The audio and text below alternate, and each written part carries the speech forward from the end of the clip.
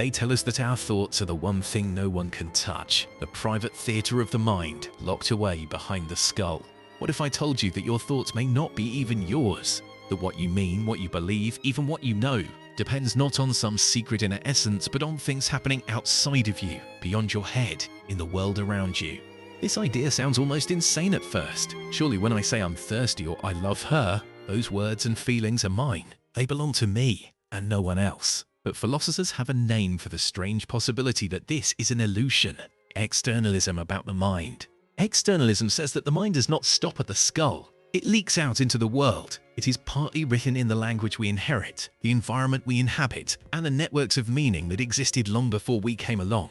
And if that's true, then our thoughts, your thoughts, aren't as private as you think.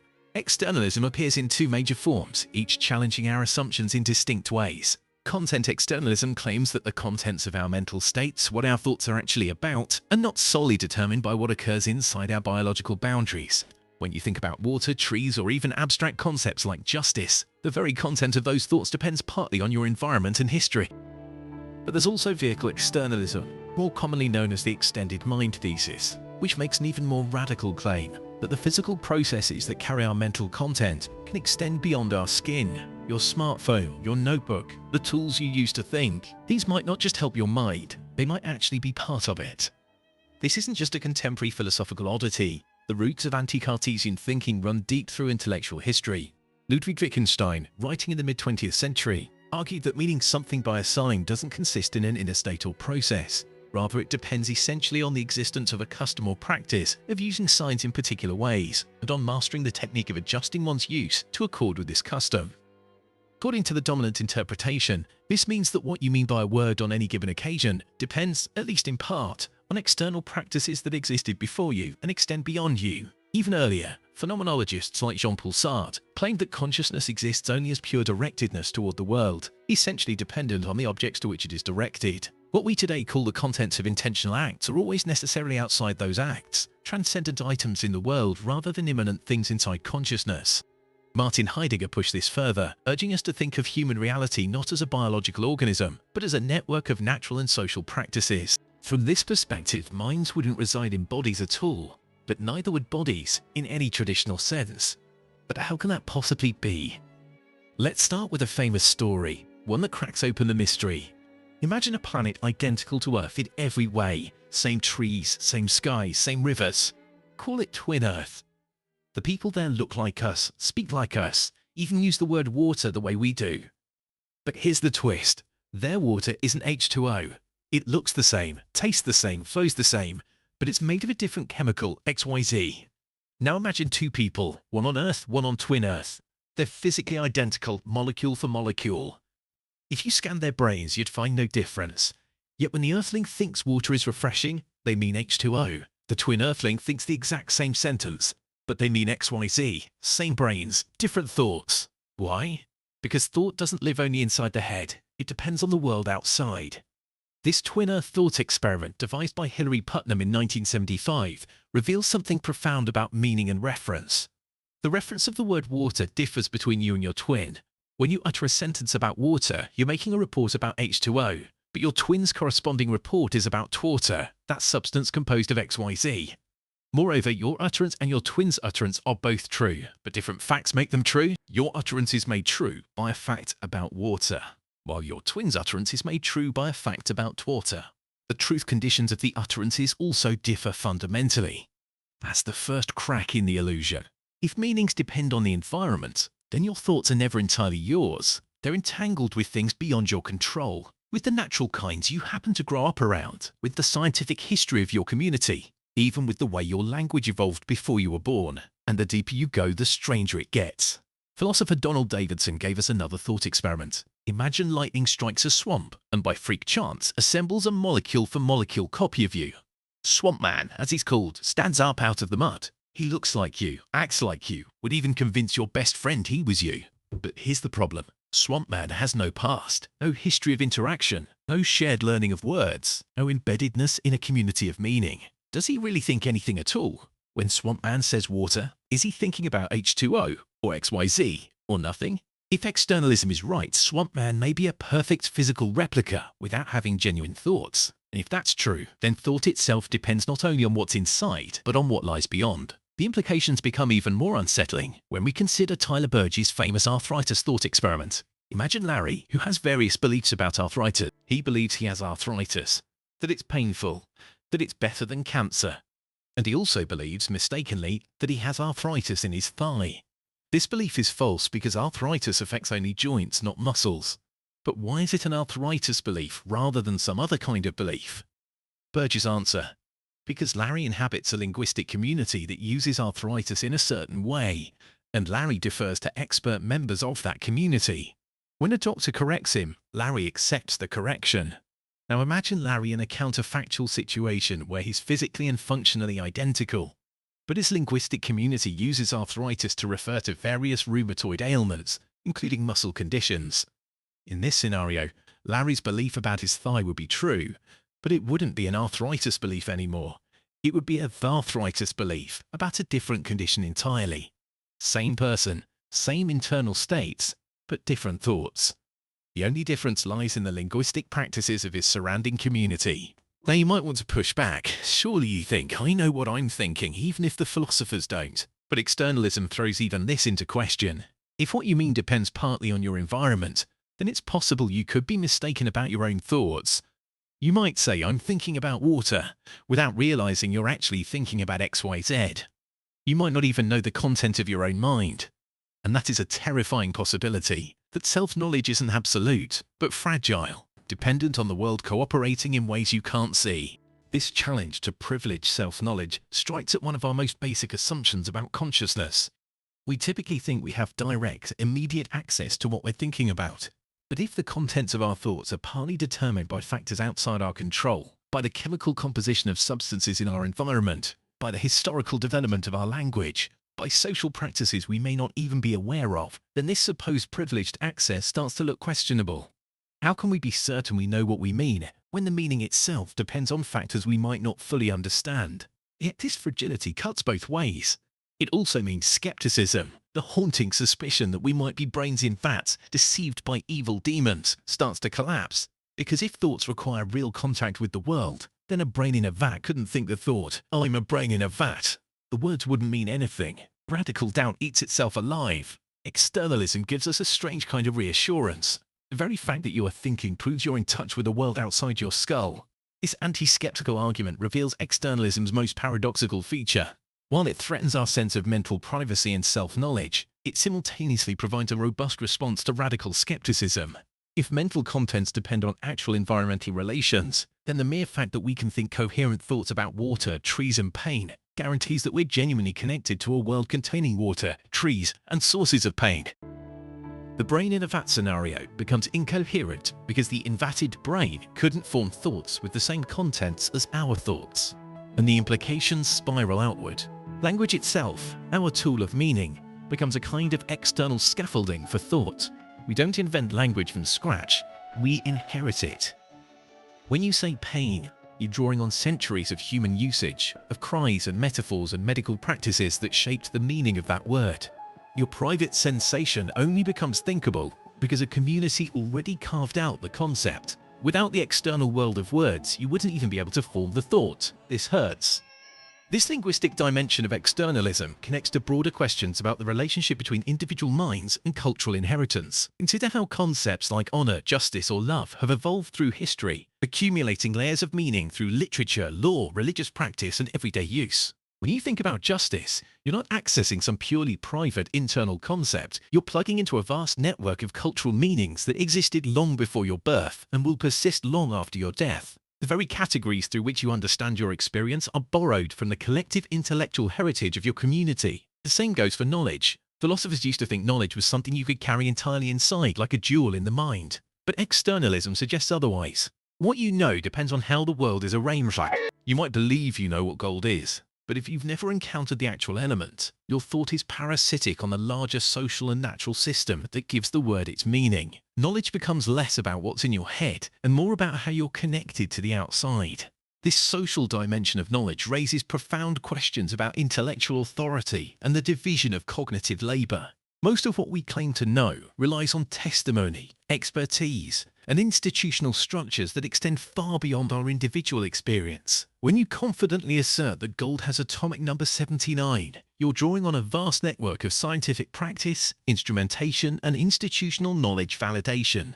Your individual contribution to this knowledge is minimal. You're essentially borrowing credibility from the broader epistemic community. But externalism's most radical form goes beyond questions of content and meaning to challenge the very location of mental processes themselves. The extended mind thesis, developed by Andy Clark and David Chalmers, suggests that cognitive processes can literally extend beyond the biological boundaries of the individual. Consider Otto, who has Alzheimer's disease and relies on a notebook to store information he would otherwise forget. When Otto looks up the address of the Museum of Modern Art in his notebook, Clark and Chalmers argue that the notebook functions as part of his memory system. If we individuate mental states by their functional roles rather than their physical locations, the sentence in Otto's notebook has the functional role of a believer. This state-oriented version of extended mind faces serious objections. Critics worry about cognitive bloat. If Otto's notebook counts as part of his mind, why not encyclopedias or the internet? There's also the coupling constitution objection. Perhaps external tools are merely coupled with our cognitive processes rather than constituting part of them. The distinction matters because coupling is a causal relation, while constitution involves something stronger, genuine identity or composition. A more promising approach focuses on cognitive processes rather than mental states. Instead of identifying beliefs with external structures, we might think of cognition as involving processes that can extend beyond the skin. When Otto manipulates his notebook, flipping through pages, scanning entries, this manipulation forms part of his cognitive process of remembering the museum's location. The process includes both internal neural activity and external manipulative activity. This process-oriented approach may avoid some of the objections facing state-oriented extended mind, since processes are naturally understood as potentially extended in space and time. The theoretical motivation for extended mind comes from both functionalist and phenomenological traditions.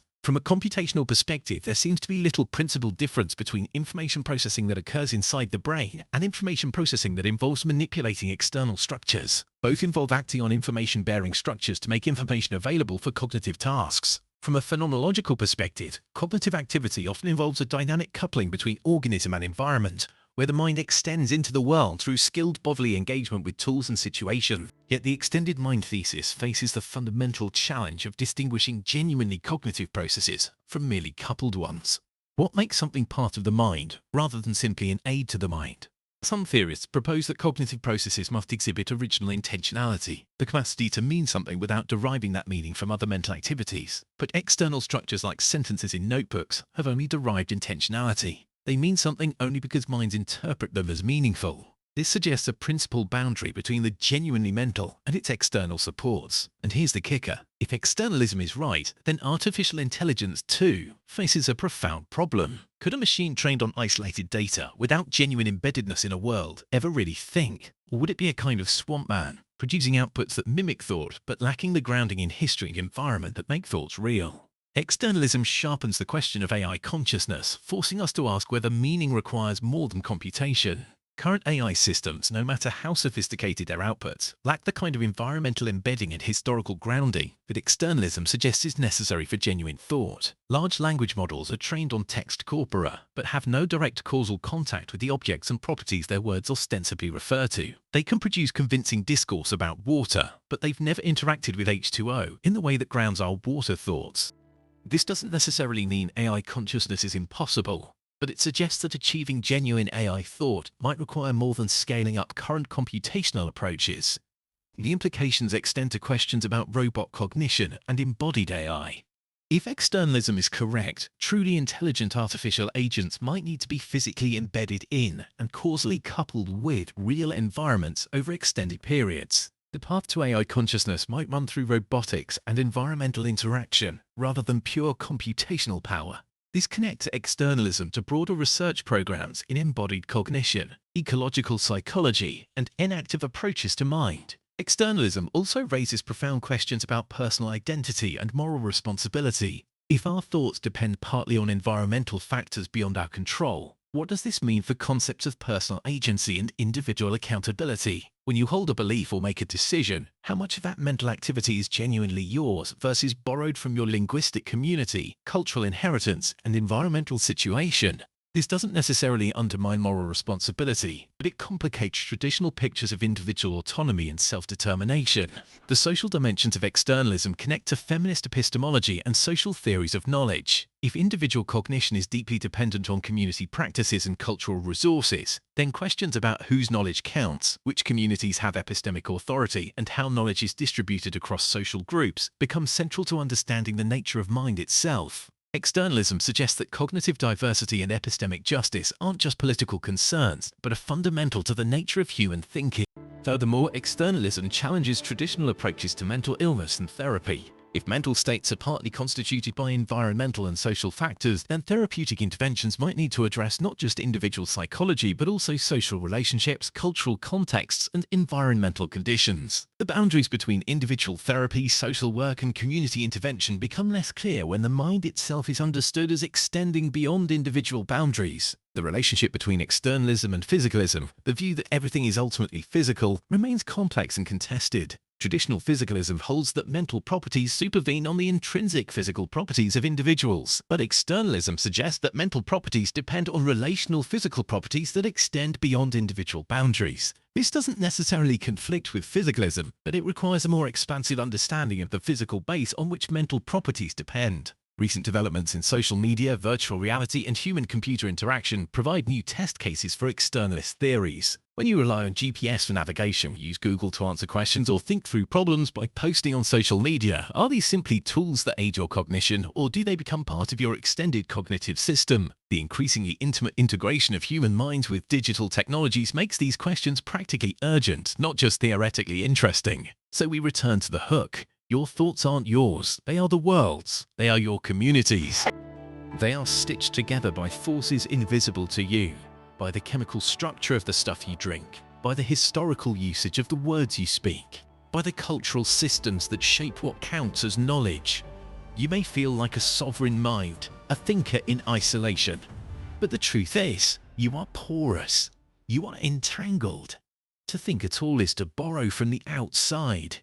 This porousness extends to the very possibility of rational discourse and shared understanding.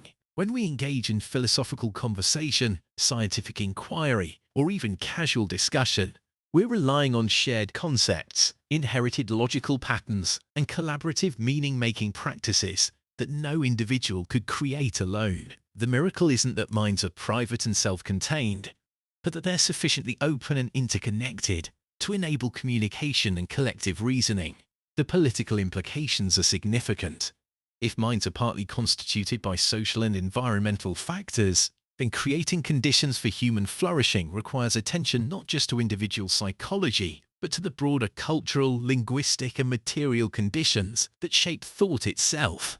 Education, urban planning, environmental policy, and social justice work become forms of cognitive intervention, shaping the extended mind systems through which individuals think and know. And perhaps that is the deepest paradox of externalism. It takes away our fantasy of the mind as a private fortress and replaces it with something both unsettling and liberating.